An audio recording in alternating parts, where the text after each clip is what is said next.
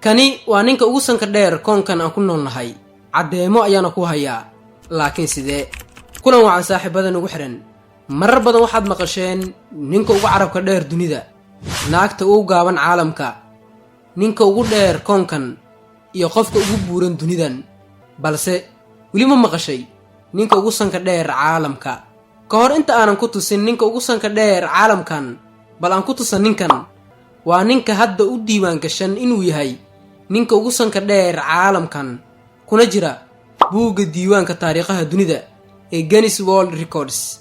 dhirirka sankiisu waa 8.8 centimeter ama 3.55 inch balse maalmo ka hor boggan Twitterka ee History Felix ayaa lagu faafiyay sawirkan iyo qoraalkan iswata oo lagu sheegayo in ninkan yahay taariikhda ninka ugu sanka dheer dunida. sawirkan iyo qoraalkanna way faafeen kumanaan qof ayaana ka falceliyay balse wax yar sawirkan hadda ku muuqda ma ahan mid rasmi ah yacni qofkii oo caadi ah balse waa kan sawirka ninkan.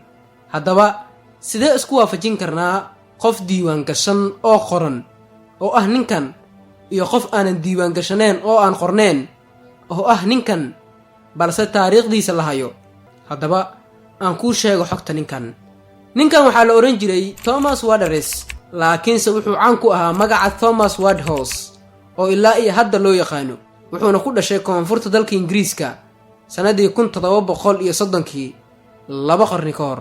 wuxuuna sidoo kale ahaa jilaa caan ka ah gudaha dalkaas Ingiriiska bartamihii qarnigii 18aad inkastoo lagu sheegi jiray in dhimirka xooga uu la'aa.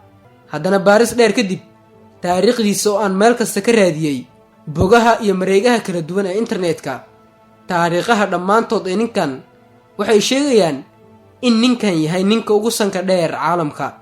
dhirirka sanka ninkan waa 7.8 inch ama 20 centimeter halka Mehmed Osyork oo diiwaanka taariikhaha ku jira uu isna dhirirkiisu yahay 8.8 centimeter halka 3.55 uu yahay dhirirkiisa inji ahaan. haddaba ninkan oo u dhashay dalka Turkiga isaga ayaa diiwaanka taariikhaha ku jira wayna caddahay sawiro iyo muuqaalo muujinaya ayaana la hayaa. balse ninkan Thomas oo aan hadda kaaga sheekeynayo buugga diiwaanka taariikhaha kuma jira sawirkiisa iyo sidoo kale wax kaleba maadaama laba qarni ka hor uu ahaa uuna geeriyooday isagoo 50 sano jir ah sanadii 1780. maadaama laba qarni oo kala duwan ay noolaayeen labadan nin Guinness World Record waxaa la aasaasay 1955 qarnigii 20aad. awood buuxdana uma aysan lahayn in Thomas ay ka dhigto ninka ugu sanka dheer caalamkan. laakiin markii taariikhda Thomas wax badan la baaray waxaa la ogaaday inuu ahaa ninka ugu sanka dheer caalamka. sidaas ayaana qayb ka mid ah buugga diiwaanka taariikhaha loo geliyay in Thomas Wardhouse uu yahay ninka ugu sanka dheer caalamka. ninkan waddanka Turkiga u dhashayna booskii waa uu ka baxay haddana waa ninka ugu sanka dheer taariikhda. mana jiro hadda cid muuqata oo ka hormari karta ninkan. sidaas ayaana loogu siiyey inuu yahay ninka ugu sanka dheer caalamkan aan ku noolnahay. Thomas Wardhouse jilaagii caanka ahaa ee Ingiriiska u dhashay 1780 geeriyoodayna hadda waa ninka ugu sanka dheer caalamka. qoraalkan markii la faafiyay kadib bishan gudaheeda ayaana siyaabooyin kala duwan dadka ay kaga falceliyeen meelo fogfog ayuuna gaaray. ninkii Turkiga ahaana sidaas ayaa loo hilmaamay. buugga diiwaanka taariikhahana waxaa sidaas kula wareegay Thomas Wardhouse jilaagii Ingiriiska u dhashay.